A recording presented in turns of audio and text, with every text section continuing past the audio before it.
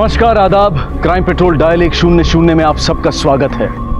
इंसान की जिंदगी में अच्छा बुरा वक्त धूप छांव की तरह से होता है। जहां अच्छा वक्त छांव की तरह सुकून देता है, वहीं बुरे वक्त में संतुलित रहना इंसान के लिए एक चुनौती होती है। अक्सर अच्छा वक्त इंसान में घमंड भरता है और बुरा वक्त उसे तोड़ भी देता है। इसलिए वक्त कैसा भी हो, जरूरत है कि अपने हर फैसले को संभल कर लिया जाए, क्योंकि अगर गलत रास्ता चुना तो उसमें कोई शक नहीं कि उसका अंजाम भी गलत ही होगा।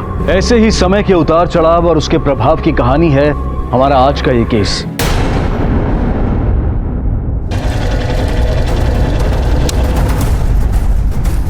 किधर है? उधर है सर।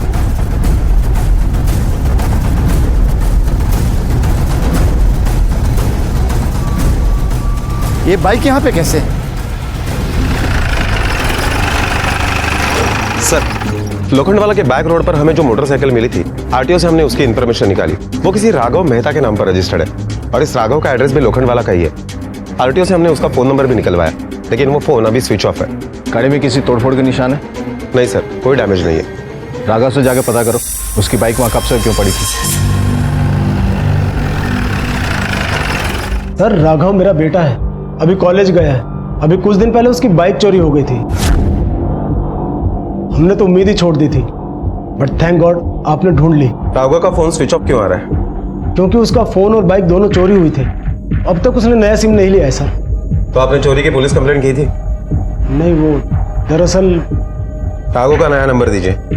सर, मैंने आपको बताया ना, उसने अब तक नया नंबर नहीं लिया है। तो आपके कहने का मतलब है कि आज के जनरेशन का लड़का पिछले 2 दिनों से फोन यूज नहीं कर रहा है।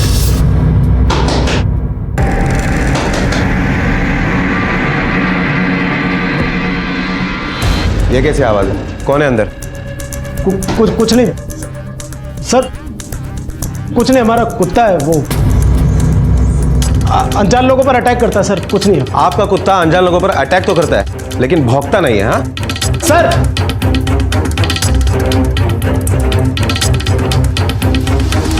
आपको इन लोगों ने क्यों बंद कर रखा था? वो इसलिए क्योंकि मैं तुम्हारे बेटे के लिए अपने पापा से 10 करोड़ नहीं मांग सकती।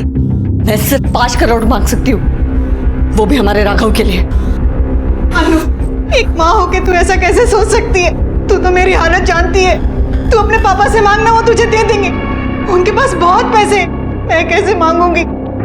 अगर उनको पैसे नहीं दिए तो मेरे बेटे को मार। प्लीज अनु, मेरी ये नौटंकी करने से अच्छा है पैसों का इंतजाम करो।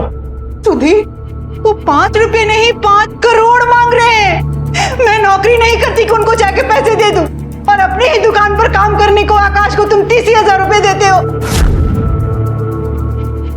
तुम कहां से लाओगी, वो तुम्हारा प्रॉब्लम है। बात साफ है, तुम्हें अपने और हमें अपने बच्चे को बचाना है। अब तो बस मेरे पास एक ही चारा बच रहा है कि मैं जाके पुलिस को सब बता दूं। सर, मैं इन दोनों के खिलाफ कंप्लेंट नहीं करना चाहती। मैं कंप्लेंट इसलिए लिखवाना चाहती हूँ कि दोनों बच्चे बच जाए हमारे, मेरा बेटा आकाश और मेरा भतीजा राघव।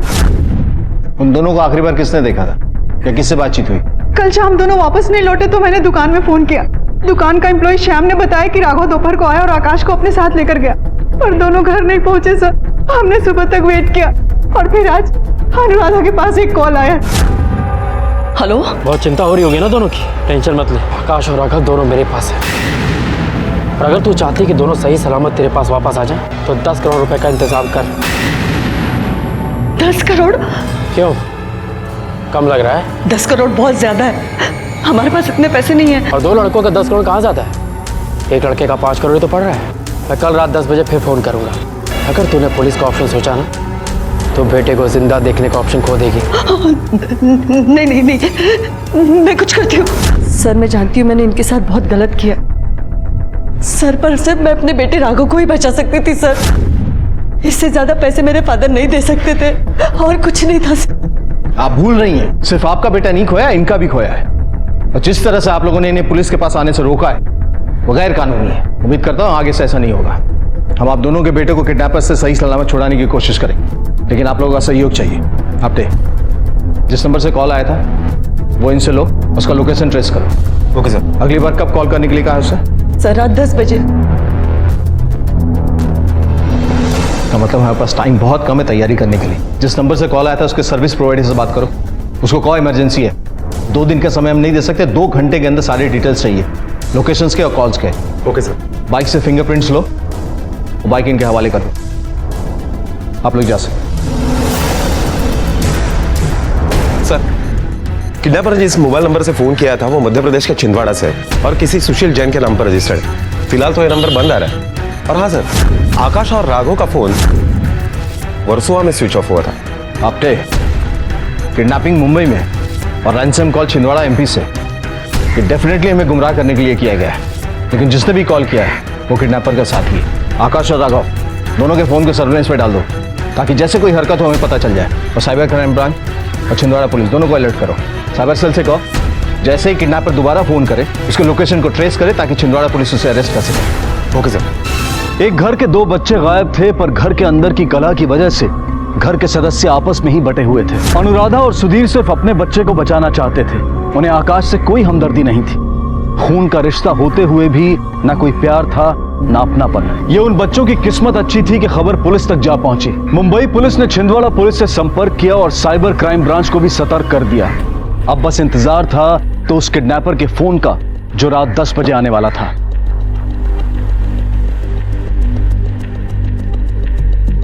आपटे अपनी टीम रेडी है ना? Yes sir.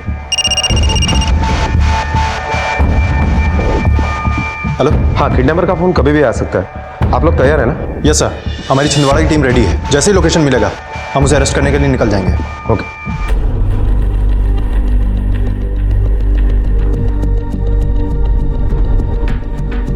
पुलिस पूरी तैयारी के साथ थी लेकिन किडनैपर ने फोन किया ही नहीं।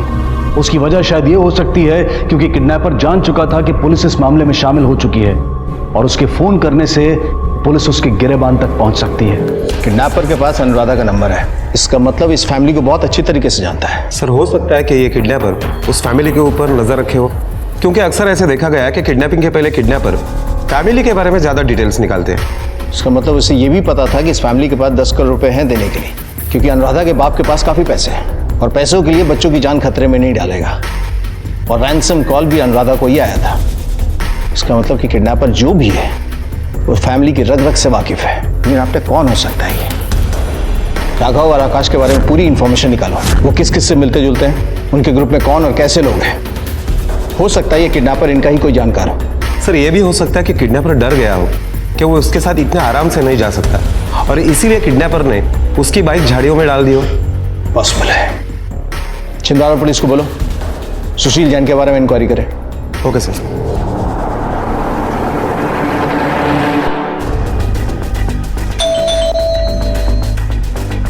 सुशील जैन आप ही हैं? जी ये नंबर आपका ही है ना? सर, कुछ दिन पहले तो हमने नया नंबर लिया है, पर ये वो नंबर नहीं है। नाम और पता हमारा ही है। कहाँ से लिया था ये नया नंबर?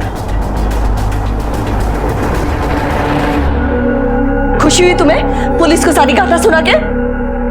अगर तुमने अपना मुंह नहीं खोला होता ना तो अब तक कम से कम मेरा राघव घर आ चुका होता। अनुराधा, तो इतनी स्वार्थी कैसे हो सकती है? सिर्फ अपने बेटे के बारे में सोच रही है। मेरा बेटा भी किडनैप हुआ है, मेरे जीने का आखिरी सहारा है ये। ऐसे में मेरे हमदर्दी और तुमसे जो मेरे बेटे को मरवाने में तुली हुई है। एक बात याद रखना तुम, अगर मेरे राघव को कुछ हुआ ना तो मुझसे बुरा कोई नहीं होगा।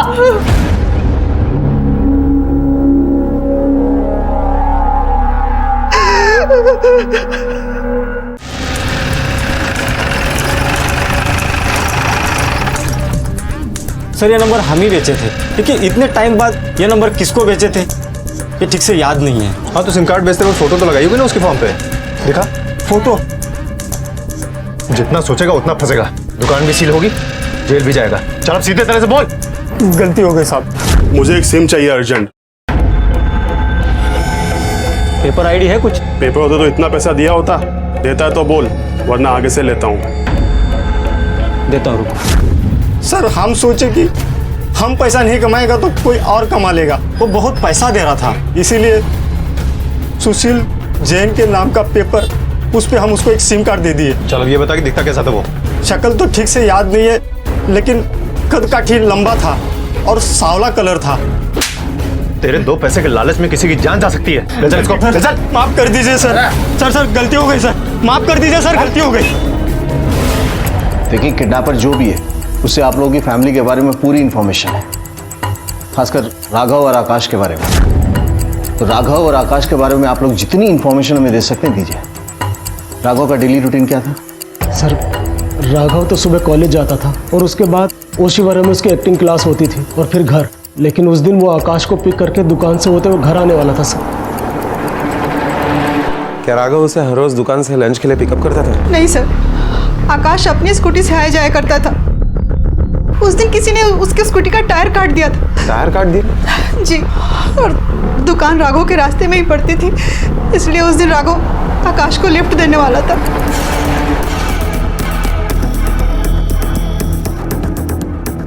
शायद मेरा अंदाजा गलत था कि राघव के पेरेंट्स के पास पैसे हैं, इसलिए उसे टारगेट बनाया गया। टायर की हालत को तो देख कर लग रहा है कि असली टारगेट आकाश था। किडनैपर चाहता था कि वो दुकान तक पैदल जाए, लेकिन राघव ने उसे लिफ्ट दी, इसलिए किडनैपर ने दोनों को उठा लिया। लेकिन सर, किडनैपर आकाश को क्यों उठाएगा? क्योंकि अगर वो अंदर का आदमी है तो अच्छी तरह से जानता है कि प्रतिमा उसे 5 करोड़ रुपए नहीं दे सकती। इसी बात का तो पता करना है कि किडनैपिंग की वजह क्या है, पैसा या कुछ और। आपके सीसीटीवी कैमरे का फुटेज निकलवा और हमें राघव के कॉलेज, एक्टिंग क्लास और मेहता फैमिली के शॉप और घर में काम करने वाले हर व्यक्ति से पूछताछ करनी पड़ेगी। 15 तारीख को दोपहर को तुम कहाँ थी? मैं डीएन नगर में थी साहब, वहाँ भी मेरा एक काम है ना, तो मैं वहाँ गई थी। साहब, मैं सुबह आया था, मैंने ही रोहन बाबू को गाड़ी से कॉलेज छोड़ा और उसके बाद गाड़ी यहाँ पे पार्क कर दी। उसके बाद मैं दोपहर को वापस आया था रोहन बाबू को कॉलेज से लेने के लिए। अच्छा, एक बात बताओ, ये मेहता फैमिली के बीच में किसी के साथ कोई झगड़ा, कोई मनमुटाव? वैसे तो सब ठीक है साहब, लेकिन सुधीर भाऊ, अनुराधा ताई, प्रतिमा मैम सबकी बिल्कुल भी इज्जत नहीं करते थे।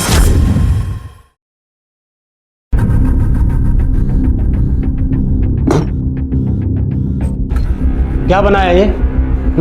मारना चाहती हो हमें? नमक जहर कर रखा है, चखा नहीं था क्या? मैंने तो ठीक ही डाला था, लगता है सुप्रिया ने दोबारा डाल दिया, इसीलिए इतना। वाह, अब अपने किए का इल्जाम बाई पे लगाने लगी है। पापा, मुझे नहीं लगता कि काकी ने जो खाना बनाया है उसे हम में से कोई खा सकता है। बेटा, क्या हो गया? किस पे चिल्ला रहे हो आप? इन पे, जिन्होंने आज रात के खाने की बैंड बजा दी। भूखा सोना पड़ेगा ना अब तो। अरे एक छोटा सा काम करना होता, वो तुमसे नहीं होता क्या? काका, ये आप कैसी बातें कर रहे हो मां से? बेटा, आप तो ऐसे बात कर रहे हैं जैसे। चुप कर आकाश, गलती मुझसे हुई है। गलती तुमसे नहीं, गलती तो मुझसे हुई है, जो तुम दोनों माँ बेटों को सिर पर चढ़ा रखा है। रहना खाना तो मुफ्त में मिलता है ना। देखिए, हम लोग इस घर में आपके रहमो करम से नहीं रह रहे। आकाश, आज मेरे पापा जिंदा नहीं है, इसका ये मतलब नहीं कि ये घर हमारा नहीं है। चुप रहो आकाश। इस घर पे जितना हक आपका है ना, उतना हमारा भी है। आकाश, वाह, ये तमीज सिखाइए बेटे को। दूं तुझे तेरा, हाँ दूं तुझे तेरा। क्यों क्यों क्यों चिल्ला रहे हो बच्चे पर? हाँ, आप तो जानती हो ना, दीदी को वैसे भी कोई काम ठीक से आता ही नहीं है। देवाजी, तो क्या दोनों फैमिली से बिल्कुल नहीं बनती थी? कैसे बनेगी साहब? अभी कुछ साल पहले ही प्रतिमा मैडम के पति कमलेश साहब की मौत हो गई थी और उसके बाद प्रतिमा मैडम और उनका लड़का आकाश, उनके साथ ये फैमिली नौकरों जैसा बर्ताव करती थी। प्रतिमा मैडम घर के काम में हाथ बटाती थी और आकाश बाबा को तो दुकान में नौकर बना के रखा था। मतलब घर में उसका कोई साथ नहीं देता था? साथ की तो छोड़ दो साहब, कोई सीधे मुंह उनसे बात भी नहीं करता था। सिर्फ राघव और आकाश बाबा ही उनसे अच्छी तरह से बात करते थे। और रोहन? रोहन साहब, रोहन एक नंबर का बदतमीज लड़का है। सर, राघव ज्यादातर अपने दोस्तों के साथ ही रहता है और नए लोगों के साथ दोस्ती भी नहीं करते ज्यादा। अच्छा, उसकी किसी के साथ कोई दुश्मनी थी? नहीं सर। सर, उसके दोस्त तो झूठ बोलेंगे, जबकि सच यह है कि वो कोई शरीफ नहीं। काहे की पढ़ाई? ले बैग पकड़। क्या बोलता भाई?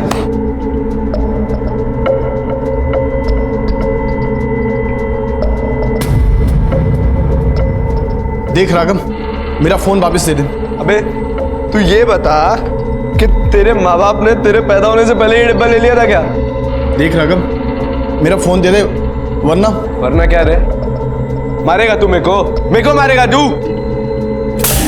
ले, तोड़ दिया तेरा फोन, क्या करेगा तू? मारेगा मेरे को? हाँ मार। अबे ये तो रोने लगा। बे रो मत, ले हाथ दिखा तेरा, ले इतने पैसे रख, मैं ना तेरा डिब्बे से अच्छा फोन आ जाएगा, समझा? रोया मत कर रहे, बड़ा हो गया तू। चल सर जब देखो अपने पैसे वाले होने की अकड़ दिखाता है, लड़कियों के सामने कुछ ज़्यादा ही शो ऑफ करता है। हाँ सर, राघव पिछले 1 साल से हमारे एक्टिंग कोर्स कर रहा था। हमारा एक्टिंग इंस्टीट्यूट बहुत फेमस है सर, हमारे पास कार्ड भी है सर, हमारे यहाँ से बड़े बड़े एक्टर निकले हुए हैं। जितना पूछा गया है ना उतना ही जवाब देने का, समझा ना, वरना सारी एक्टिंग भुला दूंगा। ये राघव का कोई करीबी दोस्त था तुम्हारे इंस्टीट्यूट में? साहब उसका कोई करीबी दोस्त था ये तो मुझे पता नहीं, पर हाँ एक नंदू नाम का लड़का था, वो अक्सर उसके साथ आता जाता था। ये नंदू कौन है? ये नंदू का फोटो है क्या तुम्हारे पास? साहब हम लोग पोर्टफोलियो बनाते हैं, बहुत कम पैसे में। साहब देता हूँ उसका फोटो। सर ये है नंदू।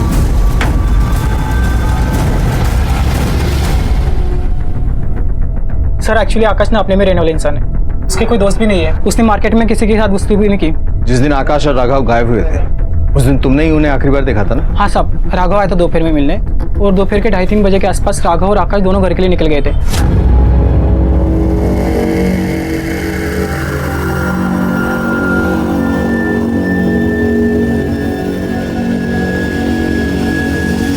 ये बात और किस किस को मालूम है कि आकाश राघव के साथ घर जाने वाला था? सर शायद मेरे अलावा और उसके घर वालों को पता होगा। ठीक है। सर 1 मिनट, सर राघव उस दिन अपने एक दोस्त के साथ आया था, पर मैं उसको नहीं जानता।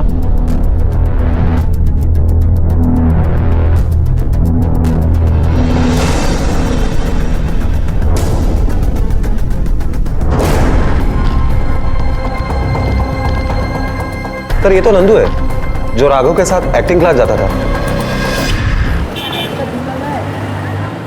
हाँ साहब, हम लोग आते जाते थे। राघव मुझे इस बिल्डिंग में छोड़ता था, पर उस दिन महेश साहब का फ़ोन आया कि मैं बांद्रा जाकर उन्हें लेकर आऊँ, इसलिए मैं अगले बस स्टॉप पर उतर गया। तुम राघव को कैसे जानते हो? सर मैं महेश साहब का ड्राइवर हूँ। राघव और महेश साहब एक ही बिल्डिंग में रहते हैं। सर मैं मुंबई एक्टर बनने आया था, बहुत दिन तक काम नहीं मिला, रहने खाने की प्रॉब्लम हो गई थी सर। सर आप बिलीव नहीं करोगे, राहुल ने मेरे एक्टिंग क्लासेस की पूरी फीस भर दी थी। आते जाते कई बार उसने लिफ्ट भी दी है सर। राघव बहुत अच्छा है, दिल का राजा इंसान है सर वो।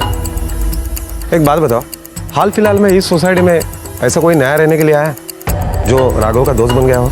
नया तो कोई नहीं सर, पर हाँ अगली बिल्डिंग में एक लड़की रहती, पारुल, राघव उसे ही डेट कर रहा है।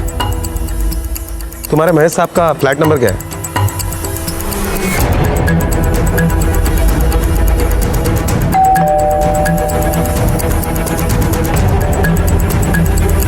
जी सर 15 तारीख को नंदू आया था मुझे बैंड्रा लेने के लिए। वो बैंड्रा कितने बजे पहुंचा था? यही सर लगभग 3:30 बजे हूँ।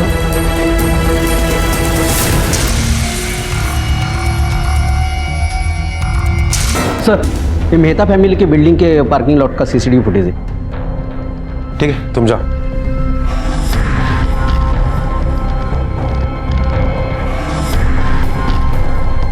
सर ये तो रोहन है।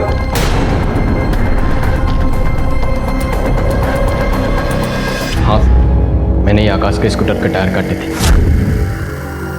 क्योंकि नफरत थी मुझे उस आकाश से। और इस नफरत की कोई खास वजह? सर मैं जिस लड़की को पसंद करता था, आकाश ने जानबूझकर उसकी सेटिंग राघव से करवा दी।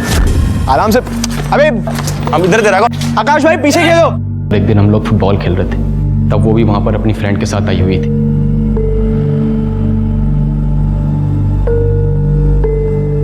मैं हिम्मत करके उससे बात करने जा ही रहा था कि उस आकाश ने मुझे देख लिया और मुझसे आगे बढ़कर पारुल के पास चला गया। सुनो प्रीति को भी लेके आना साथ में। Okay excuse me, if you don't mind, क्या आप हमारे ग्रुप पिक ले सकती है? Sorry please I insist, just 1 pick.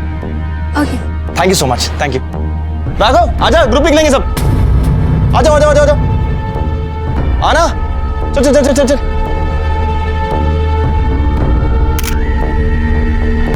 बताना किसी पिक आई? वाओ मस्त आई है। राघव देखना, देख कितनी सी पिक आई है। यार ये तो बहुत ही क्लासी आई है।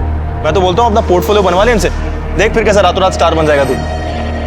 चल यू गाइस कैरी ऑन, मुझे कुछ काम है, मैं बाद में मिलता हूँ, ठीक है? चल बाय बाय।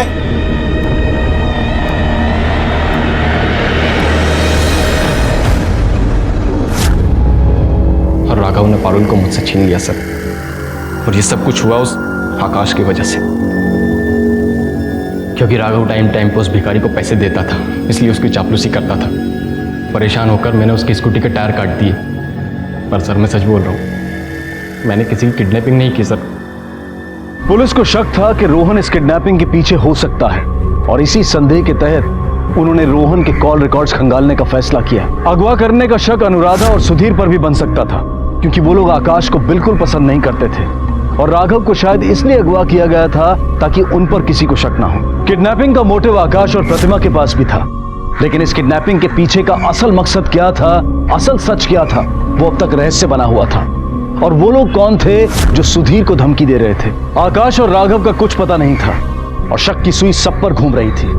कोई किसी से बदला लेना चाहता था और कोई किसी का फायदा उठाना चाहता था। पर क्या यही असल मकसद था इस अपहरण का? इनके 3 लाख रुपए मिलेंगे। मोटा भाई, मेरे बेटे की जान खतरे में, मुझे पैसों की जरूरत है, सहायता करो मेरी। मैं कहां से दूं तुझे पैसे? तू तो मेरी हालत जानती है ना। तू अपने देवर और देवरानी से बात करके देख। मोटा भाई, अगर वो मेरी मदद करते तो मैं ऐसे दर नहीं भटकती। मेरे बच्चे की जान खतरे में। नहीं है मेरे पास पैसे।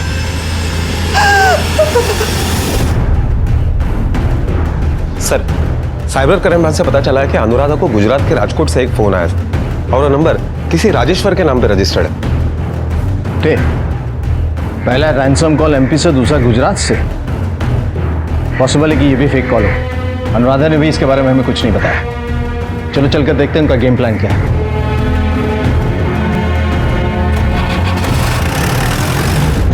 सर, आप मेरी बात क्यों नहीं समझ रहे? मैं सिर्फ अपने बेटे को सही सलामत घर लाना चाहती हूँ। इस बात की क्या गारंटी है कि पैसा लेने के बाद वो आपके बेटे को छोड़ देगा? और सिर्फ आपका बेटा नहीं गायब हुआ है, इनका भी गायब हुआ है। ये भी एक मां है और शायद आपसे ज्यादा परेशान है। अगर आप लोग अपने बेटे की सलामती चाहती हैं तो हमारे साथ कोऑपरेट कीजिए। बताइए क्या कहा था किडनैपर ने? क्या कहा था किडनैपर ने? उसने पैसे रेडी रखने के लिए कहा था। वो कल सवेरे 8 बजे फोन करेगा और बताएगी कि पैसे कहाँ रखवाने। अब दे, यही सही मौका है उस तक पहुंचने का।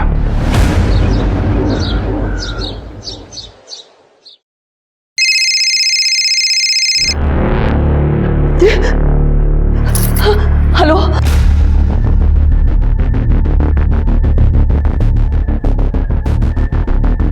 हेलो सर, अभी फोन आया था कि किडनैपर ने उन्हें टेंपल रोड के पार्क में पैसे लेकर बुलाया है। टीम रेडी करो। सर, यही पार्क है। गाड़ी पुढे क्या?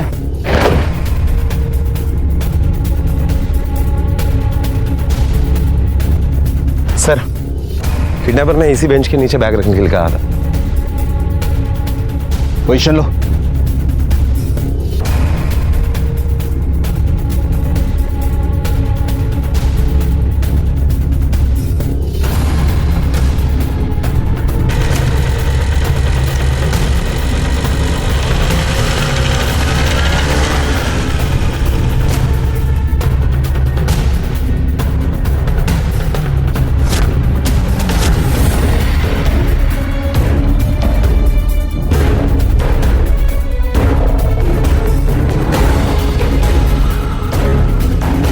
सर, सुधीर ने बैग उस बेंच के नीचे रख दिया है। डिस्टेंस पे रहो, नजर रखो। Okay sir.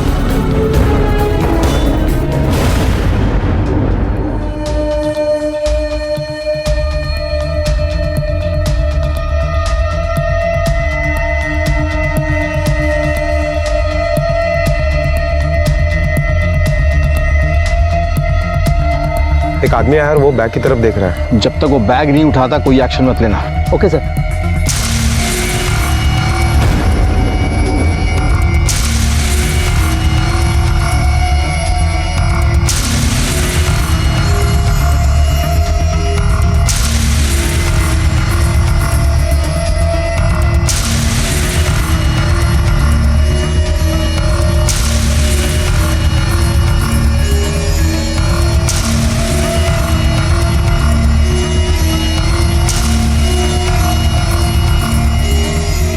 तो उठाया नहीं बैग, लेकिन एक्शन मत लेना, हो सकता कोई और हो। God damn it!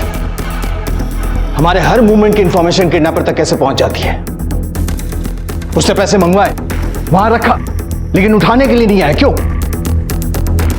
ये सब देख के तो लगता है मेहता फैमिली का कोई है जो किडनैपर के साथ मिला हुआ है। कहीं ये सारा काम अनुराधा और राघव मिलकर तो नहीं कर रहे हैं? पॉसिबल है सर, क्योंकि उसकी जगह और नंबर के बारे में हमें पता चल जाता है। अगली बार वो जगह भी चेंज करता है और नंबर भी। सर, आर्य कॉलोनी में एक लड़के की लाश मिली है। उम्र लगभग 18 से 19 साल है। आप लोग आजू बाजू देखो, कुछ मिलता है क्या?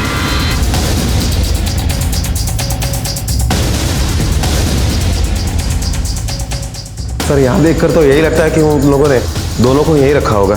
ऐसा नहीं लगता कि आकाश को भी यहाँ रखा होगा। आप ठीक कह रहे सर, क्योंकि यहाँ पे सिर्फ एक ही रस्सी है, एक ही पानी की बोतल है और एक ही प्लेट है। इसका मतलब है उन लोगों ने आकाश को कहीं और रखा होगा। हफ्ते, इसका मतलब जो अब तक हम सोच रहे थे ना, वो गलत है। हमें लग रहा था कि राघव ने किडनैप किया है, लेकिन ये सब देख के लग रहा है कि प्रतिमा और आकाश से मिलकर ये सब किया है। फॉर्मेलिटीज पूरी करो, डेड बॉडी को पोस्टमार्टम के लिए भेजो और मेहता फैमिली को खबर करो। और हाँ, प्रतिमा के कॉल रिकॉर्ड्स निकलवाओ। और सिर्फ प्रतिमा के नहीं, मेहता फैमिली में जितने भी लोग हैं ना, सबके कॉल रिकॉर्ड्स निकलवाओ। Okay sir. ये केस पुलिस के लिए काफी चुनौतीपूर्ण था। पुलिस जैसे ही किसी एक थ्योरी पर पहुंचती थी, किडनैपर का अगला कदम मानो उसके खिलाफ होता था। राघव का कत्ल हो चुका था और आकाश का अभी तक कुछ पता नहीं था। अब एक नई दिशा सामने आई थी कि कहीं यह आकाश और प्रतिमा की साजिश तो नहीं थी। वो अपने प्रॉपर्टी और बिजनेस में हिस्से और अपनी बेइज्जती का बदला लेने की मुहिम पर तो नहीं थे। आखिर गुनाह का यह जाल किसने बिछाया था?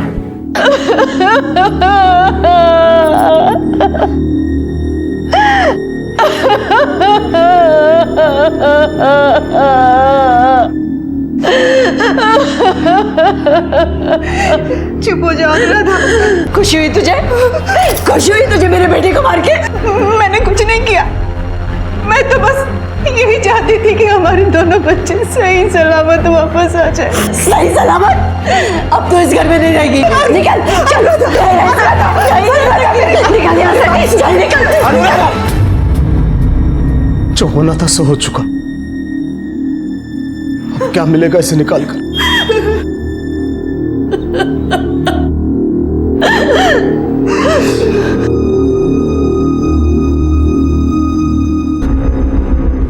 क्या किया तूने?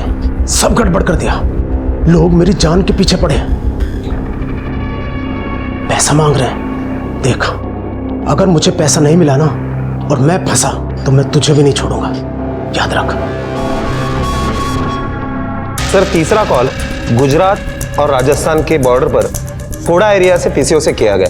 सर, वैसे तो ये इलाका काफी भीड़ भरा होता है, इसलिए भीड़ में मिलकर वो आराम से गायब हो सकता है। वहां की पुलिस की एक टीम रवाना हो चुकी है। जैसे उन्हें कुछ पता चलता है वो लोग हमें इन्फॉर्म कर देंगे। पीसीओ फोन है साहब, दिन भर पता नहीं कितने लोग आते हैं फोन करने। किस किस की शक्ल याद रखेंगे? तुम्हारी इस दुकान के आसपास कहीं सीसीटीवी कैमरा लगा है? नहीं सर, यहाँ आसपास कहीं सीसीटीवी नहीं है। ठीक है सर, राजकोट पुलिस के हाथ में भी कुछ नहीं लगा। रोहन और राघव, इन दोनों की कॉल रिकॉर्ड में भी फैमिली और फ्रेंड्स के अलावा दूसरे कोई नंबर नहीं है। सर, ये आकाश के मोबाइल रिकॉर्ड में एक अरविंद नाम का नंबर मिला है। ये अरविंद प्रॉपर्टी एजेंट है।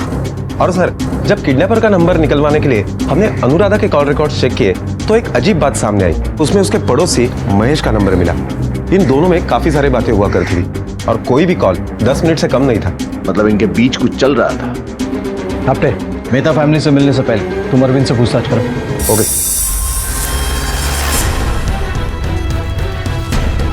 सर, आकाश को फ्लैट खरीदना था, इसलिए उसकी मेरी रोज बात होती थी। क्या वो फ्लैट खरीद रहा था? हाँ सर, उसने तो 9 लाख डाउन पेमेंट भी किया है। सर, ये आकाश अपने चाचा के दुकान में नौकरी करता है और उससे सैलरी है 30,000 रुपए। फिर उसके पास 9 लाख रुपए कहाँ से आए? और जबकि वो और कुछ काम भी नहीं करता। इसका बैंक स्टेटमेंट निकालो, पता चल जाएगा इतने पैसे कहाँ से आए। सर, किडनैपर फोन क्यों नहीं कर रहे? इस बात का जवाब तो आप लोग बेहतर दे सकते हैं, क्योंकि एक बात तो कंफर्म है कि किडनैपर आप लोग की फैमिली से कनेक्टेड है और उसे इस बात का पहले पता चल जाता है कि हम कोई कॉल ट्रेस करने वाले हैं, इसलिए वो फोन ही नहीं करता। आपके पड़ोसी महेश से काफी बातचीत होती है। कोई खास वजह? सर, वो महेश की वाइफ मेरी अच्छी फ्रेंड है, तो जब उसका फोन नहीं लगता तो मैं महेश के फोन पे कॉल करती हूँ और उससे बात कर लेती हूँ। रात के 2 बजे भी कॉल करती हैं आप। बैंक स्टेटमेंट दिया? सर आपने आकाश के अकाउंट में इतने पैसे डाले कि उसने एक फ्लैट की डाउन पेमेंट तक कर दी। तो इसकी भी कोई खास वजह नहीं होनी चाहिए? सर, आकाश पैसों के लिए गलत काम कर रहा था। वो अनुराधा को इसकी और महेश के अफेयर को लेकर ब्लैकमेल कर रहा था।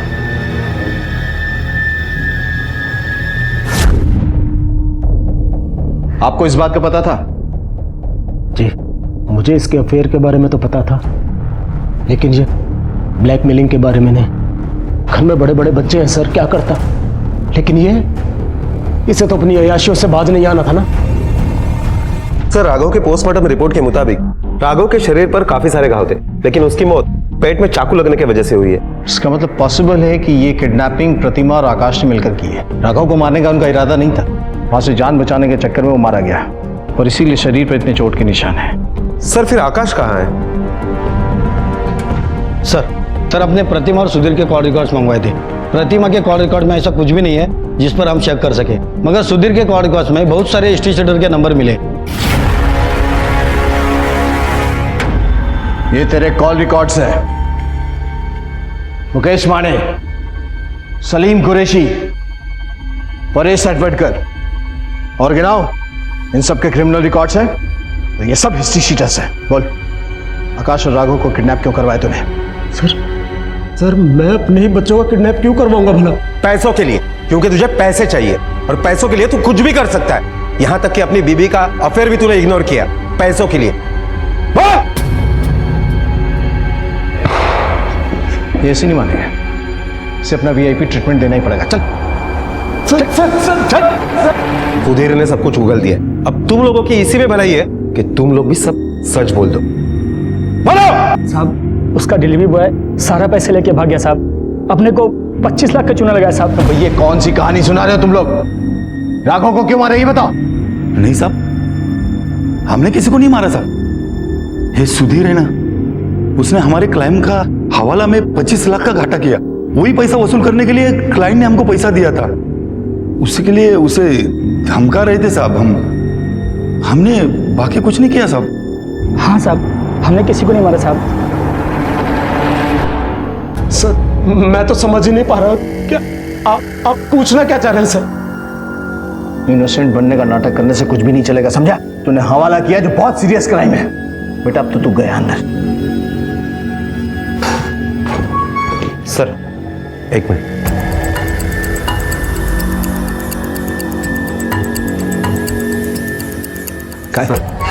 ये आकाश का मोबाइल ऑन हुआ है भिवंडी में, लेकिन उसके अंदर जो सिम डाला गया है वो नंबर किसी मुश्ताक के नाम पर रजिस्टर्ड है।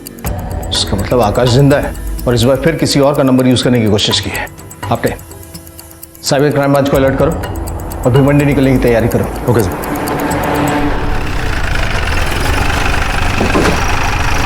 सर, एड्रेस इसी एरिया के मोबाइल शॉप का है, यही दुकान है।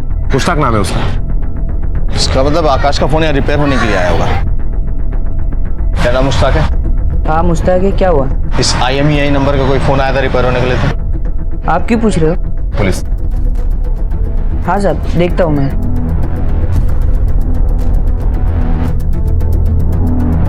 हाँ साहब, मोबाइल तो आया था बनाने, पर वो मैं रिपेयर करके दे दिया उसको। लेकिन वो मोबाइल जब ऑन हुआ तो उसके अंदर जो सिम था वो तुम्हारे नाम पर रजिस्टर्ड है। हाँ साहब, कोई भी मोबाइल बनाने के बाद में मैं मेरा सिम डालता हूँ। सिम डालने के बाद में मैं चेक करता हूँ कि मोबाइल बना के नहीं। अब मोबाइल बन गया तो मैं मेरा सिम निकाल लिया और वो अपना मोबाइल लेके चले गया। वो क्या ये वही आदमी था? नहीं साहब, ये वो आदमी नहीं था। वो थोड़ा काला था और लंबा चौड़ा, थोड़ा हट्टा कट्टा था साहब वो। अच्छा, अगर स्केच बनवाने की जरूरत पड़े तो उसका हुलिया याद है? साहब मतलब गारंटी से नहीं बोल सकता हूँ, लेकिन कोशिश करता हूँ साहब। आपने इसका मतलब 3 पॉसिबिलिटीज है। अगर ये किडनैपिंग आकाश ने की तो उसके साथ और भी लोग। दूसरा कि आकाश अभी भी उनके गिरफ्त में है। और तीसरा कि आकाश को भी इन लोगों ने मार दिया। साइबर सेल को अलर्ट करो, उनसे कहो जैसे ही ये दोबारा फोन ऑन हो उसके लोकेशन की इंफॉर्मेशन हमें। Okay sir. राघव को मार के तुम लोग ने पूरे डील का सत्यानाश कर दिया।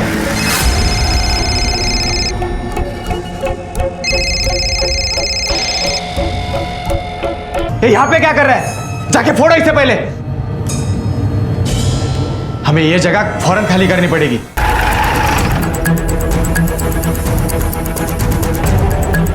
सर हम लोग रेडी है। ओके आपके move in. Okay sir.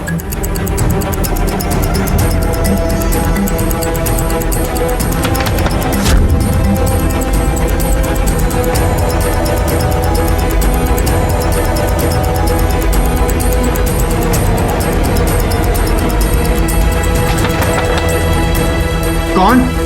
Police.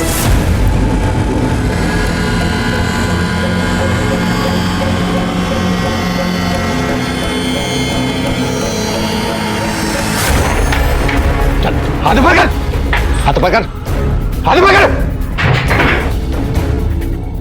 हाथ ऊपर, चल चल चले।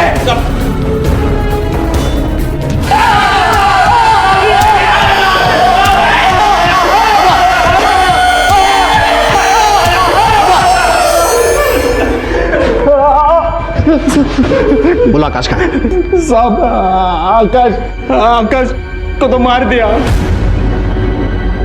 हमको आकाश की सुपारी मिली थी सर। किसने दी उसकी सुपारी? नंदू ने दी थी सर।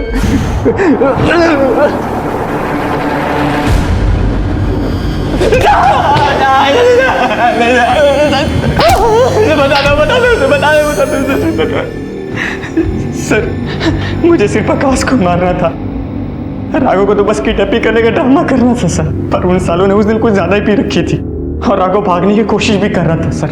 बस उसी वजह से वो मारा गया। इसका मतलब इस किडनैपिंग में मेहता फैमिली या उनके किसी करीबी का इन्वॉल्वमेंट था। जो हमारी सारी इंफॉर्मेशन तुम तक पहुंचा रहा था, कौन है वो? आकाश मुझे ब्लैकमेल कर रहा था। पैसे दो और बंद कर दो मेरा मुंह। वो क्या है ना, अगर खुला रहेगा तो चलता ही रहेगा। और फिर ये भी हो सकता है कि आपके और अनुराधा काकी के अफेयर के बारे में आपकी बीवी को बता दें। देखो मैं तुम्हें छोड़ूंगा नहीं। नमस्ते। आकाश बिल्कुल ठीक कह रहे हो तुम। कुछ करते हैं। और मुझे पता था कि 15 लाख देने के बाद भी वो चुप नहीं बैठेगा। मैंने इसीलिए दोनों का किडनैप करवाया ताकि मैं पुलिस को गुमराह कर सकूं। वैसे भी किसी का शक मुझ पर नहीं जाता। आकाश को मारने और राघव को कुछ दिन रखने का मैंने नंदू को 10 लाख रुपए दिया, लेकिन नंदू का लालच बढ़ता गया और राघव को छोड़ने के लिए वो 5 करोड़ रुपए मांगने लगा। सर मैं एक्टर बनने आया था। मुझे पता था कि मुझ पर कोई पैसा लगाएगा नहीं, खुद फिल्म बनानी पड़ेगी, जिसके लिए मुझे 5 करोड़ की जरूरत थी, जो मुझसे नहीं हो पा रहा था सर। इसीलिए मैं आकाश और राघव को उस दिन दुकान से अपने घर पर सुबह लेकर गया और फिर दोनों को ड्रिंक में सर नींद की दवा मिलाई और फिर उन दोनों को आर्य कॉलोनी लेकर गया। आकाश को तो तभी मार दिया था, जंगल में वहीं गाड़ दिया और पुलिस को चकमा देने के लिए बाइक लोखंड वाला बैक रोड पे छोड़ दिया। इसका मतलब जो रैंसम कॉल एमपी और गुजरात से आए थे वो फेक थे ना, हमें गुमराह करने के लिए? हाँ। अनुराधा को इस बारे में कुछ भी नहीं पता। वो मुझ पर पूरा विश्वास करती है। वो इस केस की सारी डिटेल्स आकर मुझसे शेयर करती थी और मैं आप लोगों को मिसलीड करता था। पुलिस ने उन लोगों को भी अलग अलग राज्यों से गिरफ्तार किया जो फिरौती की रकम के लिए फेक कॉल्स करते थे।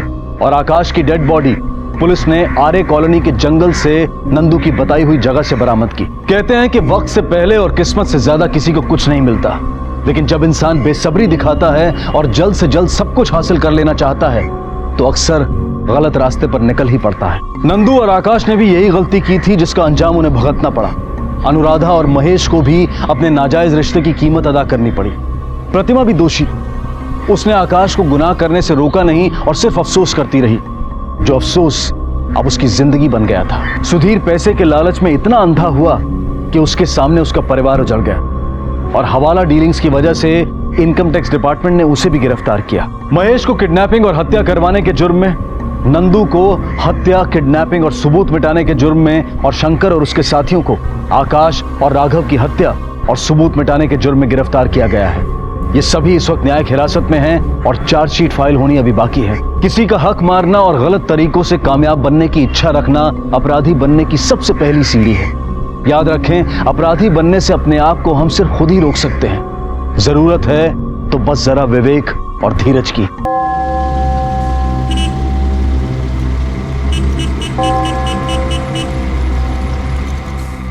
कमाल है इस लड़की की, समझ में नहीं आ रही कहाँ गई। क्या हुआ, मिली क्या?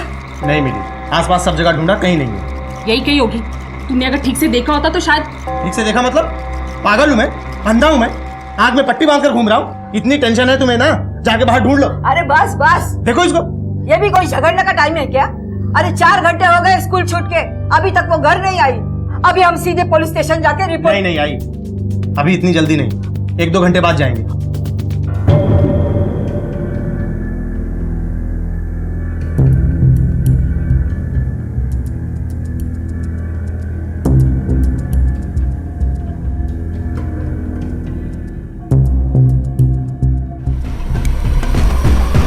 उसकी मां मैं हूं या तुम?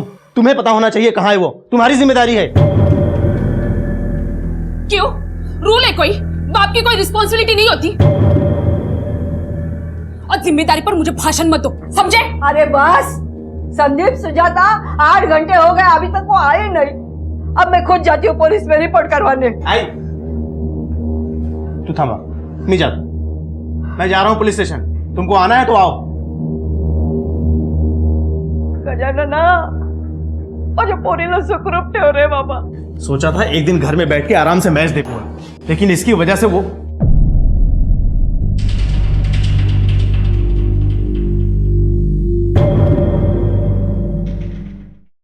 श्रुति, श्रुति, श्रुति, कहाँ थी तुम?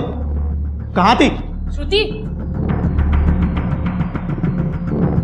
श्रुति, तू ठीक तो है ना? हाँ बेटा, कुछ पूछ रहा हूं तुमसे, कहाँ थी इतनी देर तक? जवाब क्यों नहीं देती है? तुझे पता है तेरी वजह से ऑफिस आधे में छोड़कर आना पड़ा है।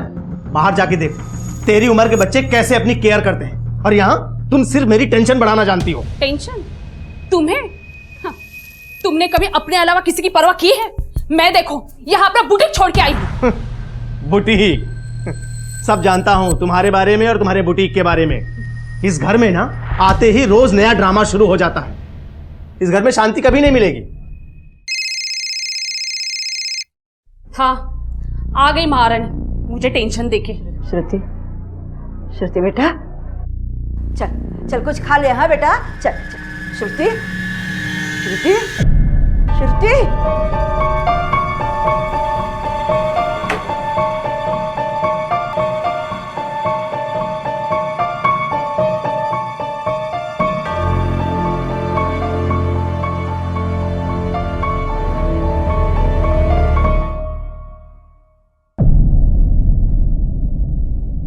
यस, फाइनली आइडिया काम आ गया।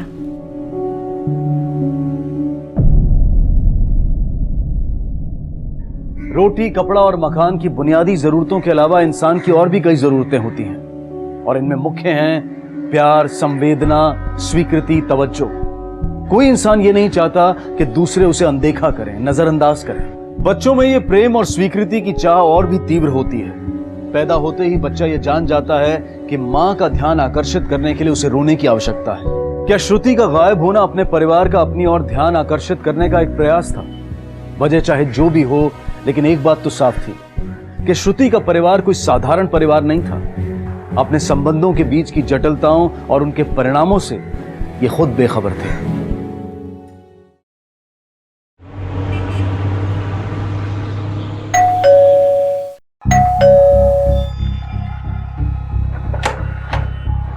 अरे श्रुति अब तक घर नहीं आई। फिर से? चलो कोई बात नहीं, स्कूल छूटे अभी 4 घंटे हुए। पिछली बार भी 8 बजे आई थी, आ जाएगी। अरे पन क्या आई? पानी पीने दे मुझे।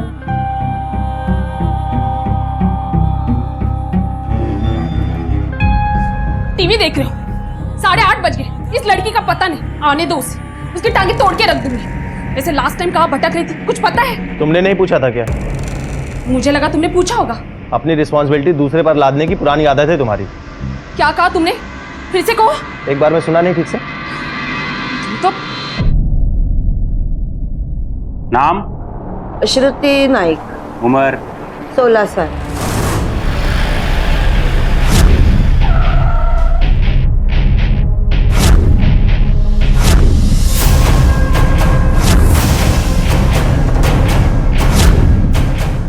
बच्ची का मानसिक संतुलन कैसा था? आई मीन डिप्रेशन वगैरह में तो नहीं?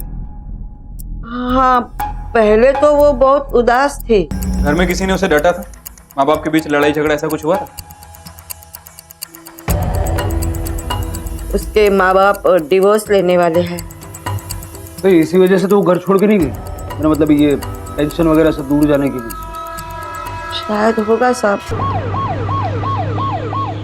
आपको अपनी बेटी की कुछ भी नहीं पड़ी जो इनको रिपोर्ट लिखवाने आना पड़ा? सर नहीं, वो हमें नहीं पता था कि आई आपके यहाँ, और वैसे भी लास्ट टाइम श्रुति घर वापस आ गई थी। श्रुति कहाँ थी तुम? तो हमें लगा कि इस बार भी वो घर वापस आ जाएगी। हाँ सर, वो पहले भी ऐसा कर चुकी है, मतलब एक बार और वो घर से जा चुकी है। तो क्यों भागी थी वो घर से? सर वो मतलब सर एग्जैक्टली हमें भी नहीं पता। और वापस आने के बाद आप लोगों ने पूछा भी नहीं होगा? कमाल की फैमिली है। इन्होंने बताया कि लड़की के पास अपना मोबाइल फ़ोन नहीं है। जी, बच्चे बिगड़ जाते हैं ना सर, इसीलिए हमने उसे फ़ोन नहीं दिया। उसके बिगड़ने की इतनी परवाह थी तो थोड़ा वक्त निकाल के उसे देख लेती क्या चल रहा है उसकी लाइफ में। फिलहाल हम ये मान के चलते हैं कि लड़की घर से खुद भागी है। एक कांस्टेबल हमारा आपके घर के बाहर रहेगा। अगर कोई रैंसम कॉल आए या श्रुति का खुद का कोई फ़ोन वगैरह है तो आप तुरंत हमें इन्फॉर्म कीजिए। जी सर। और श्रुति के एक लेटेस्ट फ़ोटो चाहिए। दूर से ही सही, लेकिन माता पिता का अपने बच्चों की रोजमर्रा की जिंदगी में शामिल होना बेहद जरूरी है। काश कि श्रुति के माता पिता उसकी रोजमर्रा की जिंदगी से वाकिफ होते तो शायद आज उसे ढूंढने में आसानी होती, और क्या पता श्रुति के गायब होने की नौबत ही ना आती। माँ बाप द्वारा कोई जानकारी ना मिलने पर पुलिस को श्रुति के स्कूल की तरफ अपना रुख करना पड़ा।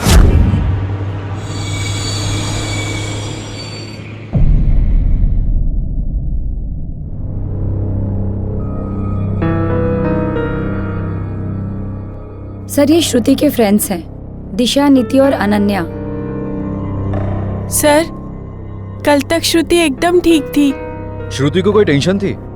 आई मीन ऐसी कुछ इंपॉर्टेंट बात जो उसने आपसे बताई हो? नहीं सर, लेकिन स्कूल शुरू हुआ तब वो थोड़ी सी उदास जरूर थी। क्यों? सर उसके मॉम डैड का डिवोर्स होने वाला है, सो दैट्स व्हाई। सर वो नहीं चाहती थी कि उसके मॉम डैड का डिवोर्स हो। वो ये बात हमें हमेशा बताती थी।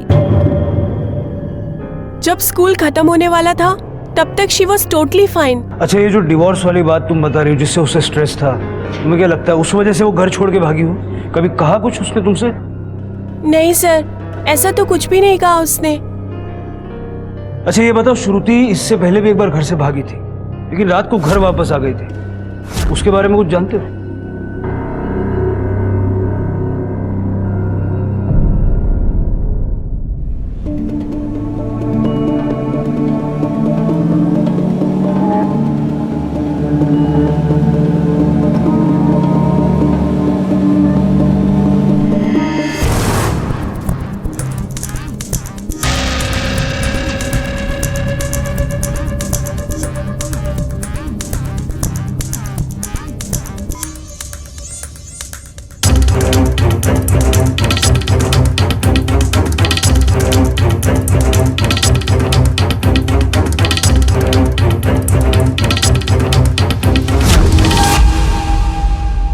सर ये रहे आखिरी सीसीटीवी फुटेज।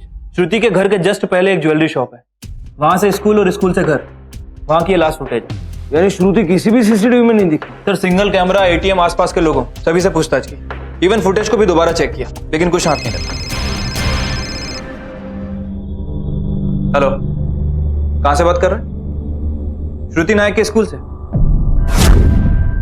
एक्चुअली जब आप लोगों ने लास्ट टाइम क्वेश्चन पूछे थे तो हमने आपको एक बात नहीं बताई थी।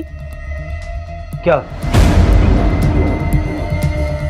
एक्चुअली जब आप लोगों ने लास्ट टाइम क्वेश्चन पूछे थे तो हमने आपको एक बात नहीं बताई थी। क्या?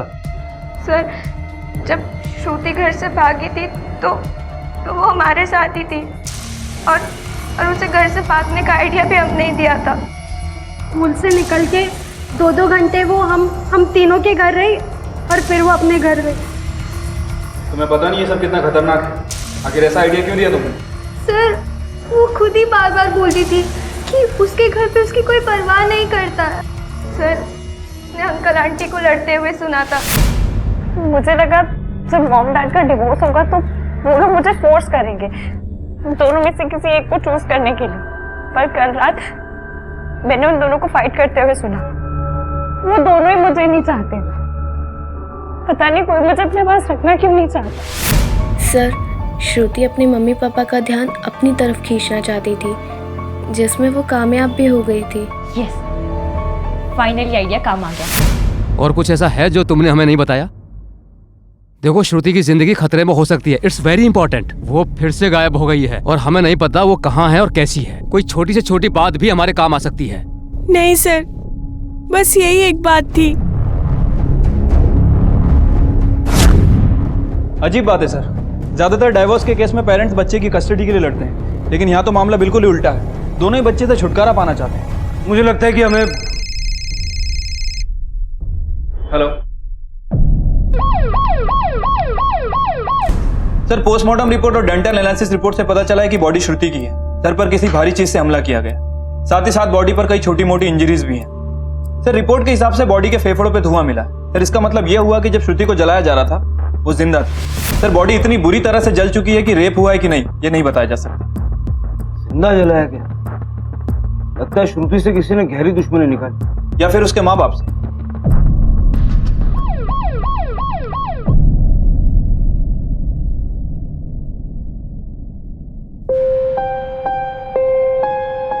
मुझे नहीं लगता ऐसा कुछ होगा। मतलब ये दुश्मनी झगड़ा ये सब मेरे श्रुति में था ही नहीं। किसी ने मेरे श्रुति को इतनी बेरहमी से। खुद को संभालिए। आप सर, मैं रतन सिंह हूँ और यहाँ पड़ोस में रहता हूँ, और ये मेरी बीवी शालिनी।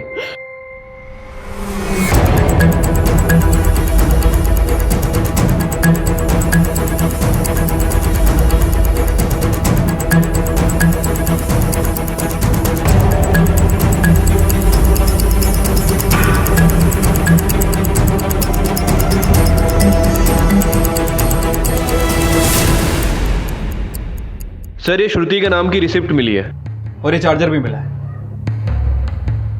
ये चार्जर आपका है? नहीं, ये मेरा तो नहीं है। मेरा भी नहीं है। श्रुति के पास जब फोन नहीं था तो ये चार्जर कहां से आया? एजी ऑनलाइन वेंचर्स का आपने नाम सुना है? कभी श्रुति ने जिक्र किया हो? एजी ऑनलाइन वेंचर्स? नहीं, मुझसे तो कोई जिक्र नहीं किया। 60,000 रुपए की रिसीट है। 60,000? एक बार श्रुति ने मुझसे पैसे मांगे थे 60,000। मगर उसको इतने पैसे क्यों चाहिए थे? उसे नौकरी करने के लिए चाहिए थे। नौकरी के लिए 60,000? उसे डर था अब ये दोनों डिवोर्स के बाद उसे छोड़ देंगे, इसीलिए वो काम करना चाहती थी। मैंने उसे समझाया, लेकिन पर मंथ 75,000 की नौकरी है, फिर मॉम डैड से पैसे मांगने की कोई जरूरत ही नहीं पड़ेगी। लेकिन बेटा 60,000 रुपए, इतना पैसा तो मेरे पास है नहीं, मैं कहाँ से दूं तुझे? जब आप में से किसी ने उसे पैसे नहीं दिए तो ये 60,000 रुपए उसके पास आया कहां से?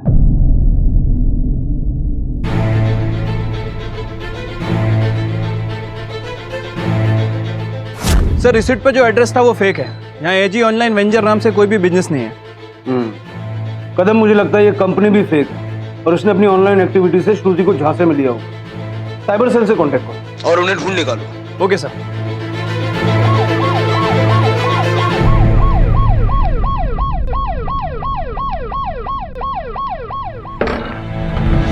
आदिल भाई, पुलिस।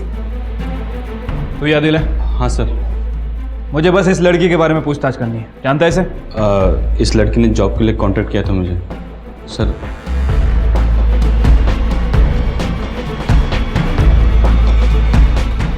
19 साल? इसकी एज तो 16 साल है। पता नहीं सर, फॉर्म तो उसी ने भरा है। ये देखिए सर, फोटो भी उसकी। श्रुति नायक, एज 19, गोरेगांव वेस्ट। किसी लड़की ने तुझे 60,000 रुपए दिए थे? हाँ सर। पक्का यकीन है? हाँ सर, रेस्टोरेंट में मिला था मुझे।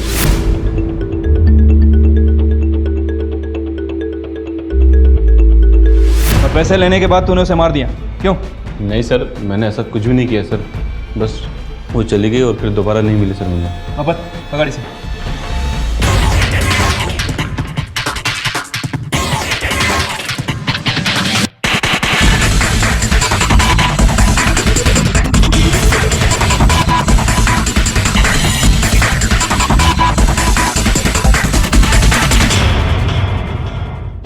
क्या पूछा मैंने? पैसे लेने के बाद फिर से श्रुति से मिला था? फेक जॉब रैकेट के चक्कर में मार दिया लड़की को? नहीं सर, दोबारा नहीं मिला। उल्टा वही रोज मुझे फोन करती थी, मैसेज करती थी, मेल करती थी, पूछती थी जॉब कब शुरू होगी, सॉफ्टवेयर कब मिलेगा वगैरह वगैरह। अब जब मैंने उससे रिस्पॉन्ड करना बंद कर दिया तो मुझे धमकी देने लगी कि पुलिस में जाएगी। पुलिस में जाने की धमकी दी, इसलिए तूने उसे मार दी? नहीं सर, लोगों को चूना लगाना एक बात है, लेकिन मर्डर नहीं सर।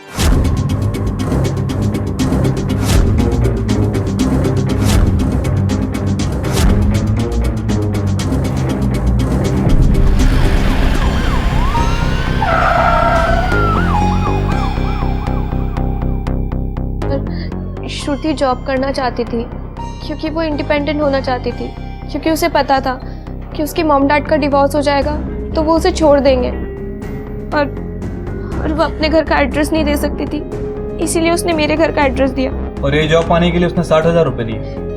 यस सर, लेकिन पैसे देने के बाद भी वो काफ़ी परेशान थी क्योंकि उस ऑफिस से ना तो कोई कॉल आया और ना ही कोई मेल। श्रुति के पास इतना पैसा कहाँ से आया? उसकी दादी ने दिए, श्रुति ने बताया मुझे।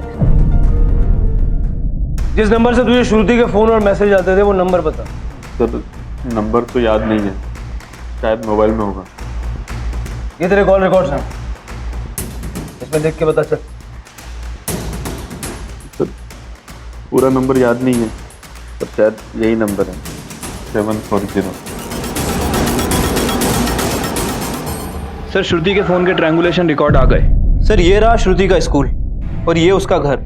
श्रुति इस रास्ते की बजाय इस रास्ते पर गई, GCC business and hotel club, और इसी जगह उसका फोन आखिरी बार ट्रेस हुआ। हमने आसपास लोगों से पूछताछ भी की, लेकिन किसी ने कुछ देखा नहीं। सर प्रॉब्लम यह है कि इतने बड़े एरिया में अगर श्रुति का फोन कहीं पड़ा भी होगा तो उसे ढूंढ पाना इम्पॉसिबल। क्या सोच रहे हैं सर? चार्जर सर, ये श्रुति के नाम की रिसिप्ट मिली है और ये चार्जर भी मिला। अरे वो मोबाइल फोन का चार्जर, लेट्स जस्ट होप कि वो चार्जर ओरिजिनल हो। मेरा मतलब है उस फोन के साथ उसी बॉक्स में आया हो। उस चार्जर पे छपे नंबर के जरिए हम उस दुकान तक पहुंच सकते हैं जहां से वो फोन खरीदा। ये रहा पैकेज का स्टॉक नंबर और फोन का IMI नंबर। चेक करके बताइए फोन किसने खरीदा था। साहब, कैश से खरीदा होगा तो बताना मुश्किल है, अगर कार्ड वापरा रहेगा तो पता चल सकता है। फिर भी आप देखिए। ठीक है, मैं चेक करता हूँ।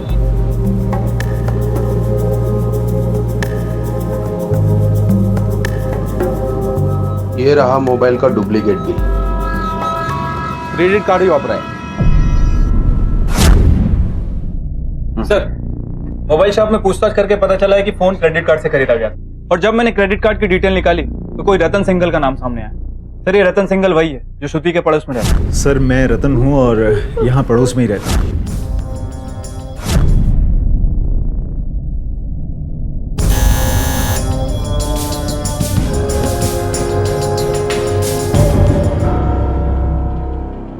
रतन, अरे सर आप आइए ना, आइए सर। आप बैठिए, मैं पानी लेकर आती हूँ। हाँ सर, उसके पास चार्जर कहाँ से आया ये तो मुझे मालूम नहीं, पर सर इसमें ताज्जुब की क्या बात है? उसका तो अक्सर हमारे घर में आना जाना लगा ही रहता था। हो सकता है जाने अनजाने वो ले गई होगी चार्जर। श्रुति आपके घर क्यों आती थी? दरअसल हमारी कोई औलाद नहीं है और वो जब यहाँ आती थी तो अच्छा लगता था। आखिरी बार कब मिले आप श्रुति से? काफी टाइम हो गया ना? हाँ। अचानक ही आना उसने बंद कर दिया। अच्छा वो फोन दिखाई फोन जो आपने खरीदा था, जिसका चार्जर श्रुति ले गई। अच्छा वो फोन सर मेरा चोरी हो गया, या शायद मुझसे कहीं गुम हो गया। सर अक्सर मुझसे ऐसा हो जाता है। जी सर, इनका तो कोई भी फोन ज्यादा दिनों तक टिका ही नहीं है। सर दोनों ही मियाँ बीवी काफी घबराए हुए लग रहे थे। बीवी किचन से बार बार झांक भी रही थी, ऐसा लग रहा था काफी डरी हुई। दोनों के बारे में पूछताछ करो, पता करो इनके संबंध श्रुति के साथ में कैसे। Okay sir. रतन सिंगल साहब, सब सोसाइटी में कहते हैं कि वो जेंटलमैन है, वो कोई जेंटलमैन नहीं है। मैंने तो पहले ही मिस्टर मिसेस नायक को बोला था श्रुति को उस पास मत भेजो, अच्छे लोग नहीं हैं। पर जब देखो श्रुति उन्हीं के घर आती जाती थी। उस दिन मैं सिंगल साहब के घर के बाहर से जा रहा था तो देखा तो सिंगल साहब के घर के बाहर श्रुति निकली और रोती हुई अपनी घर की तरफ भाग रही थी और थोड़ी डरी हुई थी, घबराई हुई थी। मैं गया था एक बार स्विमिंग पूल पे, तो देखा सिंगल साहब ने श्रुति को मोबाइल दिया। मोबाइल देखकर श्रुति इतनी खुश हुई कि सिंगल साहब को गले से लगा लिया। उसके बाद क्या हुआ? सर कुछ भी नहीं, थोड़ी बहुत देर बातें की और फिर वो चले गए। मैं अपने काम में लगा रहा। सर पूछताछ से पता चला है कि सिंगल ने ही श्रुति को मोबाइल दिया था। इस सिंगल और श्रुति के बीच में जो कुछ चल रहा था थोड़ा अजीब तो है। सिंगल ने श्रुति को फोन खरीद के दिया और वो 60,000 रुपए श्रुति के माँ बाप या दादी ने नहीं दिए। सिंगल का बैंक स्टेटमेंट निकलवाओ, चलो। सर आपका अंदाजा सही था, सिंगल ने ही श्रुति को पैसे दिए थे। ये उसके बैंक स्टेटमेंट है। सर नोटबंदी के समय बड़े बड़े अमाउंट निकालना तो मुश्किल था, इसलिए उसने अलग अलग 3 अकाउंट का यूज किया। 24 हज़ार के 2 विड्रॉ बैंक के थ्रू और 12,000 रुपए का विड्रॉ एटीएम के थ्रू, ठीक उसी डेट के एक दिन पहले जो डेट रिसिप्ट पर मेंशन थी। अचानक इतना कैश विड्रॉल करने की उसे क्या जरूरत पड़ गई? तो गड़बड़ है कदम, बुलाओ उसको। क्या चल क्या रहा था तुम दोनों के बीच?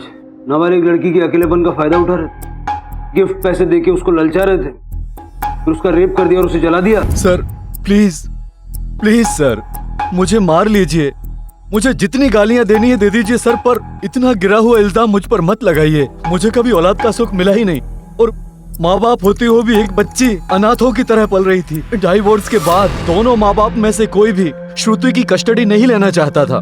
मुझे दादी से सब कुछ पता चल जाता था। मैं मानता हूँ सर कि मैंने उसे मोबाइल लेके दिया, लेकिन उसकी सेफ्टी के लिए, ताकि अगर उसके साथ कुछ हो जाए तो वो घर कांटेक्ट कर सके। और सर जॉब के लिए पैसे मैंने उसे बहुत समझाया था। देखो बेटा, कोई भी जॉब इस तरह से एप्लीकेंट से पैसे नहीं मांगता।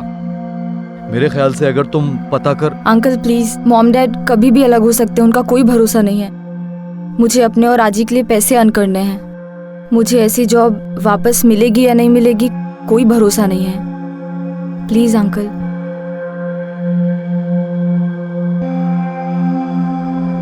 ये लो। Thank you uncle. परिवार में प्यार और स्वीकृति ना मिलने पर बच्चे उन चीजों की अपेक्षा गैरों से करने लगते हैं, उन्हें बाहरी दुनिया में ढूंढने लगते हैं। काश कि श्रुति को घर में ही प्यार और समर्थन मिला होता तो आदिल और रतन जैसे लोगों के संपर्क में ना आती। तलाक में उलझे पति पत्नी अक्सर बच्चों पर अपने अधिकार के लिए लड़ते हैं, लेकिन यहाँ श्रुति के माता पिता उसकी जिम्मेदारी लेने से बचना चाहते थे। पुलिस को यह बात खटकी और उन्होंने अपनी जांच इस दिशा में मोड़ दी। हाँ, दोनों को छुटकारा चाहिए था श्रुति से। क्यों? संदीप को बच्चा चाहिए था और सुजाता माँ नहीं बनना चाहती थी। फिर भी संदीप ने फोर्स किया और श्रुति पैदा हुई। लड़की के पैदा होते ही माँ बाप एक दूसरे से दूर चले गए। प्रॉब्लम तो श्रुति का था, ना संदीप उसे बड़ा करना चाहता था ना सुजाता। और मैं कब तक जीऊंगी उसे ही मालूम।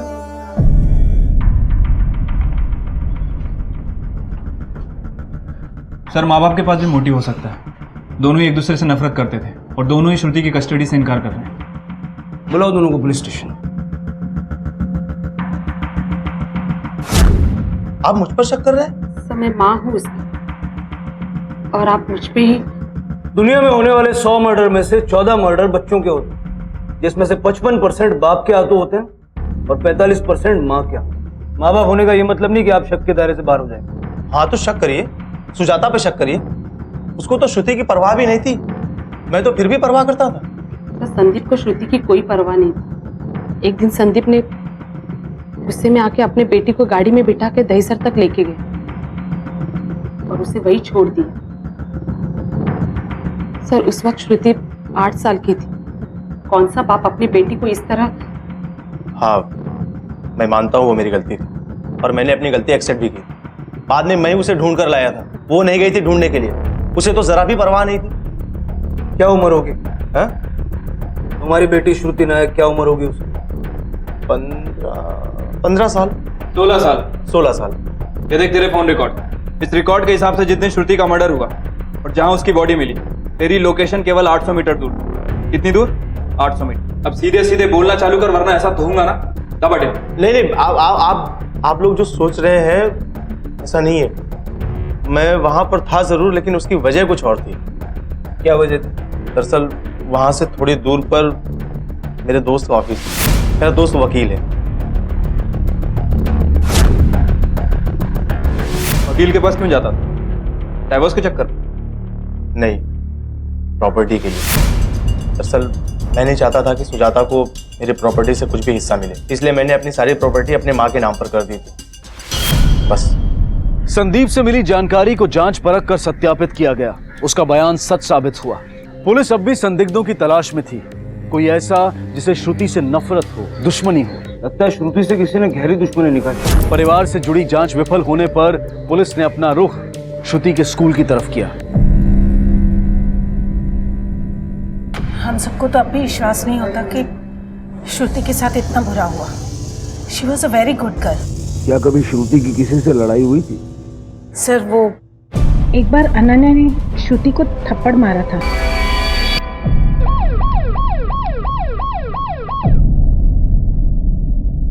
सर, वो तो एक स्टूपिड सी फाइट थी। श्रुति को गलती से लग गई थी। मैंने उसे सॉरी भी बोला था। सर, श्रुति से कोई बात करना पसंद नहीं करता था। सब उसे साइको साइको करके चिढ़ाते थे। लेकिन जब मैंने उससे बात करना शुरू किया तो मुझे पता चला that she is a very nice girl. Sir, उस फाइट के बाद मैं और श्रुति बेस्ट फ्रेंड बन गए थे।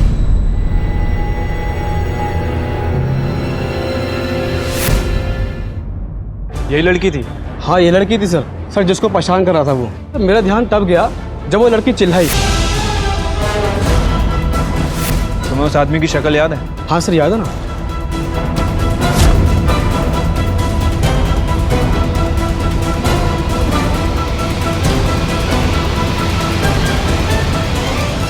ठीक है, तुम लोग जाओ।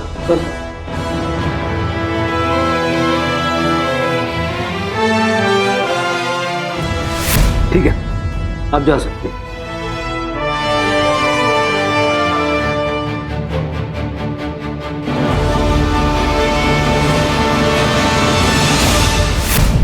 ये वही आदमी है जो उस श्रुति की माँ के साथ पुलिस स्टेशन आया था। चिंतन, झूठ बोलने की कोशिश मत कर। श्रुति के स्कूल में क्या कर रहा था तू?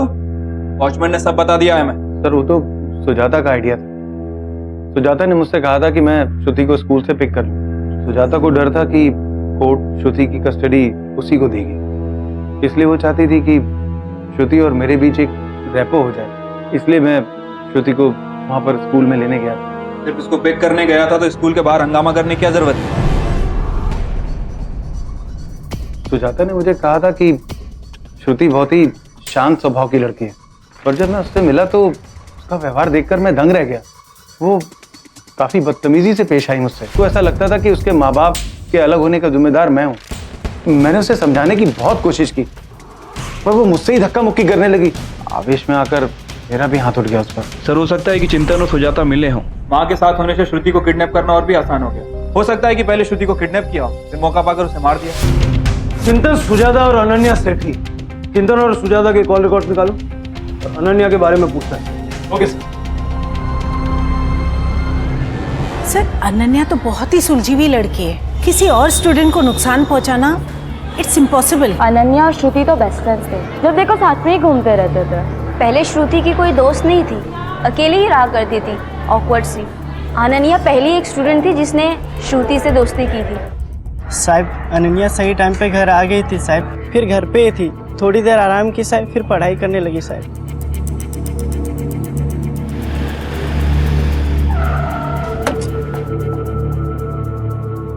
सर, जिस दिन श्रुति गायब हुई और जिस दिन उसकी बॉडी मिली, उन दोनों ही दिन की अनन्या की मूवमेंट मैंने ट्रेस की। सर, उसने जो बयान दिया था वो उससे मैच खाता है। और सर, स्कूल और आसपास के लोगों से पूछताछ करके पता चला वो क्लियर। सर, मुझे लगता नहीं कि अनन्या इस केस में इन्वॉल्व। और चिंतन? सर, चिंतन और सुजाता, इन दोनों के कॉल रिकॉर्ड चेक किए हैं। दोनों के फोन रिकॉर्ड्स क्लियर है। ना तो वो स्कूल में थे और ना ही क्राइम सीन के आसपास।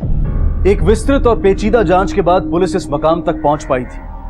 संदिग्ध कई थे। श्रुति का पड़ोसी रतन, रतन की पत्नी आदिल, श्रुति का पिता संदीप और चिंतन।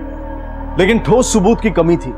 पुलिस ने एक बार फिर से शुरुआती तथ्यों को खंगालना शुरू किया।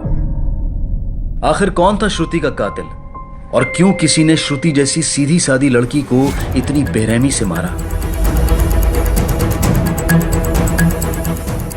रतन, शालिनी, आदिल, संदीप और चिंतन, इनमें से किसी के भी खिलाफ अभी तक हमारे पास कोई ठोस सबूत नहीं। बस इतना कंफर्म है कि जिस वक्त श्रुति का मोबाइल फोन स्विच ऑफ हुआ, इनमें से कोई भी उसके पास नहीं था। तो क्या इस दौरान कोई और उसके साथ था जो अब तक हमारी नजर से बच गए? सर इस काम में तो एग्जैक्टली कदम, सारे सीसीटीवी फुटेज को एक्सटेंसिवली सर्च करना होगा। उस रूट पे जितने भी सीसीटीवी कैमरास हैं, चाहे वो ट्रैफिक सिग्नल के हो चाहे प्राइवेट हो, सबके सीसीटीवी फुटेज को बारीकी से देखना होगा। मैं जानता हूँ ये काम थोड़ा मुश्किल है, मगर नामुमकिन नहीं। Okay sir. पुलिस के लिए काम बहुत चुनौती भरा था। उन लोगों ने श्रुति के स्कूल से लेकर उसके घर तक के सभी जगहों के सीसीटीवी फुटेज को चेक करना शुरू किया। श्रुति के कातिल तक पहुंचने का बस यही एक रास्ता बचा था, क्योंकि संदिग्ध कई थे लेकिन किसी के खिलाफ कोई ठोस सबूत नहीं था। तकरीबन 300 सीसीटीवी की फुटेज चेक की गई और इसी बीच पुलिस के हाथ कुछ ऐसा लगा जो इस केस का रुख बदल सकता था। सर ये देखिए, इस कार में कोई उसी स्कूल ड्रेस में बैठी है। ये देखिए सर, श्रुति हो सकती है लेकिन साफ साफ कुछ नजर नहीं आ रहा, इसलिए कंफर्म नहीं बोल सकते। पता करो अब ये गाड़ी किसकी है। Okay sir.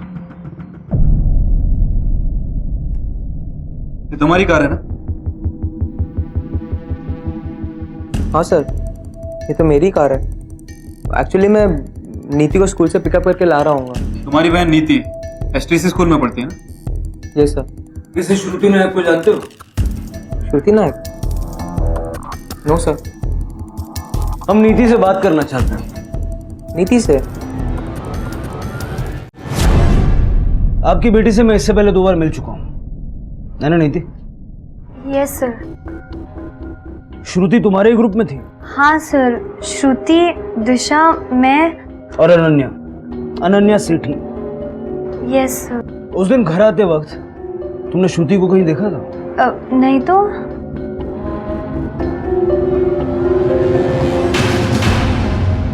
ये देखिए सर, इस कार के और फुटेज चेक किए और कोइंसिडेंटली जहां श्रुति का फोन स्विच ऑफ हुआ, ये कार वहां पर भी लोकेट हुई।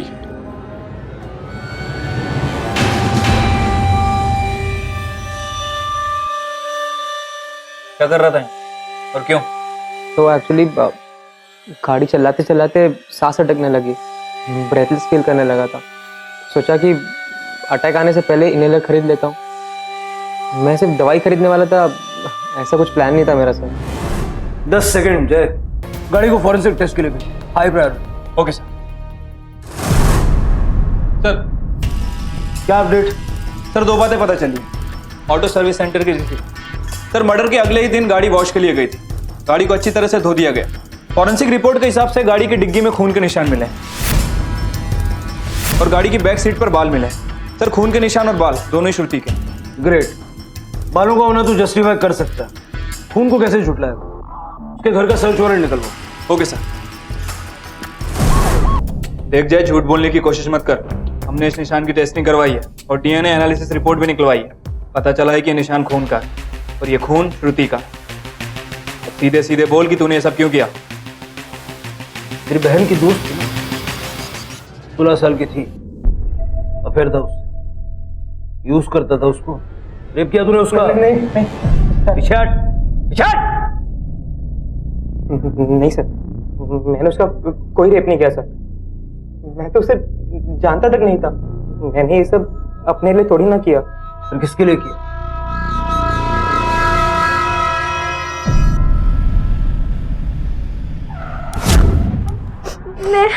मैं उदास थी क्योंकि मेरी बेस्ट फ्रेंड अनन्या किसी और की बेस्ट फ्रेंड बन गई थी, श्रुति की।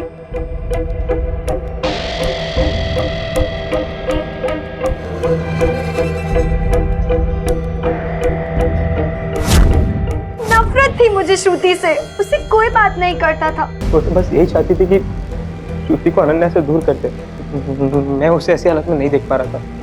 मैंने उसे प्रॉमिस कर दिया कि मैं उन दोनों को अलग करके ही रहूँगा। उस दिन स्कूल में मैंने श्रुति को घर आने के लिए मना लिया। Thanks baby. What thanks? एक बार घर तो पहुंचो, then I will show you my room, you will love it. मुझे पता था कि श्रुति के पास एक फोन था, भैया को भी बता चुकी थी।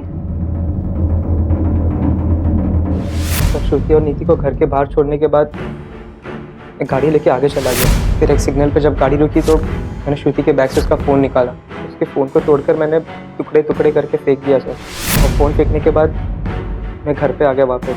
नीति मेरे लिए वेट कर रही थी। प्लान था श्रुति को डराकर अनन्या से दूर करना। अनन्या सिर्फ मेरी बेस्ट फ्रेंड होगी, सिर्फ मेरी, और किसी की भी नहीं। कैसा भाई है रे तू? ऐसे मदद की अपनी बहन की? ये करके तूने अपनी और अपनी बहन की दोनों की जिंदगियां बर्बाद कर ली। अब जिंदगी भर जेल में सड़ोगी। हत्या करना, सबूत छुपाना, ये सारे के सारे चार्जेस लगेंगे तुम्हारे ऊपर। एक दोस्त को पाने के लिए दूसरे दोस्त को मार दिया। जहां माँ बाप की उपेक्षा की वजह से श्रुति का जीवन नष्ट हुआ, वहीं ज्यादा लाड प्यार ने नीति की जिंदगी तबाह कर दी। अपनी छोटी बहन का मार्गदर्शन करने की बजाय जय अपराध की राह पर उसके साथ चल पड़ा। और अपराध की आड़ में पनपने वाला प्यार प्यार नहीं होता, भ्रम होता है। अपने बच्चों को उचित प्यार दें, उनका मार्गदर्शन करें, उन्हें समय देकर उनकी समस्याओं को समझें। याद रखें, हमारे बच्चों का भविष्य हमारे अपने हाथों में है। अब मैं अनूप सोनी आपसे विदा लेता हूं। फिर मुलाकात होगी अगले एपिसोड में एक और चौंका देने वाले केस के साथ। तब तक अपना और अपने परिवार का ख्याल रखें और देखते रहें क्राइम पेट्रोल डायल 100। सबक एक सीख हम सबको। जय हिंद। क्राइम पेट्रोल के और भी दिलचस्प कहानी देखने के लिए हमारे चैनल को सब्सक्राइब करें और बेल आइकॉन दबाना न भूलें।